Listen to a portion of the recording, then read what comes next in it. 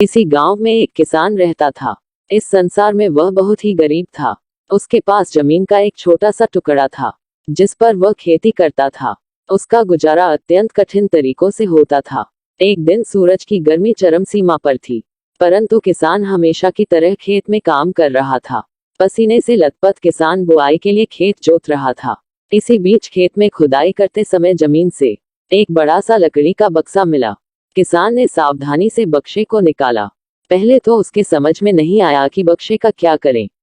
आखिर उसने बक्से को खेत के बाहर रख दिया। उसे साफ करके जो रोटियां वह घर से लाया था वह बक्से में रख दी और अपने काम में जुट गया। दोपहर को जब वह खाने के लिए रोटियां निकलने के लिए बक्से के पास गया तो हैरान रह गया। उसमें रोटियां ही रोटियां भरी हुई थी।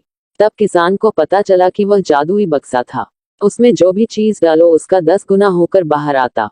जैसे एक मूंगफली का दाना डालो तो तुरंत उसमें से 10 दाने निकल पड़ते। किसान ने तृप्त होकर खाना खाया और उसके बाद किसान संतुष्ट होकर बक्से को घर ले आया। बक्सा मिलने के बाद किसान बहुत खुश था। उसे लगा कि उसके सब दुख अब दूर होंगे। वह लालची नहीं बल्कि धैर्यवान व्यक्ति था। उसने बक्से का दुरुपयोग नहीं किया। उसे जब भी किसी चीज की जरूरत होती तो बक्से से तुरंत प्राप्त कर लेता। समय गुजरने के साथ साथ उसके बक्से के बारे में गांव के जमींदार को पता लगा। जमींदार बेहद लालची था और उसे लगा कि ऐसी ही जादुई चीज पर तो उसका अधिकार होना चाहिए। उसके आदेश पर जमींदार के लठेठ किसान को पकड़ कर ले आए। उसने किसान को धमका कर कहा, बक्सा जिस भूमि से मिला है वह मेरी जमींदारी में आती है, इसलिए बताओ उस बक्से पर किसका अधिकार बनता है।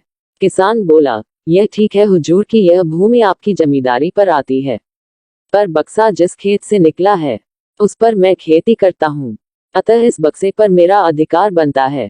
किसान गिड़गिड़ाया, लेकिन जमींदार ने बहुत धमकाया। बक्सा पाकर जमींदार बहुत खुश हुआ, मगर किसान का रो रो कर बुरा हाल था।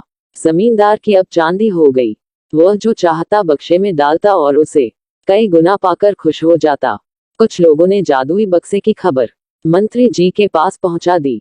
पहले तो उसे विश्वास नहीं हुआ, फिर उसने अपने विश्वस्त सेवक को बक्से की सच्चाई परखने के लिए भेजा।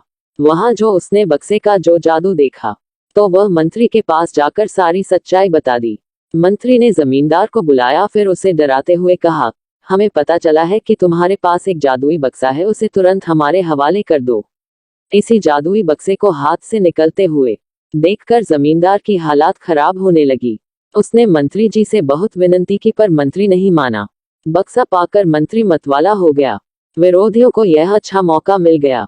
उन्होंने बक्से के साथ साथ मंत्री के निकम्मेपन की खबर भी राजा तक पहुंचा दी। बक्से की बात सुनकर राजा अधीर हो उठा।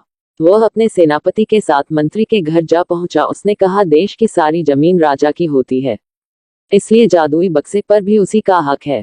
मंत्री ने बिना देरी किए बक्सा राजा को दे दिया। जादुई बक्से को पाकर राजा प्रसन्न हो गया। सबसे पहले राजा ने जादुई बक्से की मदद से अपनी खजाने की वृद्धि की, फिर राजा को उस बक्से की सुरक्षा को लेकर चिंता हुई। राजा हर कीमत पर उस बक्से को अपने साथ रखना चाहता था। राजा ने सोचा कि इसका रहस्य ज्ञात करना चाहिए कि आखिर इस बक्से में है क्या। यह जानने के लिए राजा उसमें प्रवेश कर बैठा। जब बाहर निकला तो उसके पीछे पीछे 10 राजा बाहर निकले। असली राजा का कुछ पता नहीं चलता था।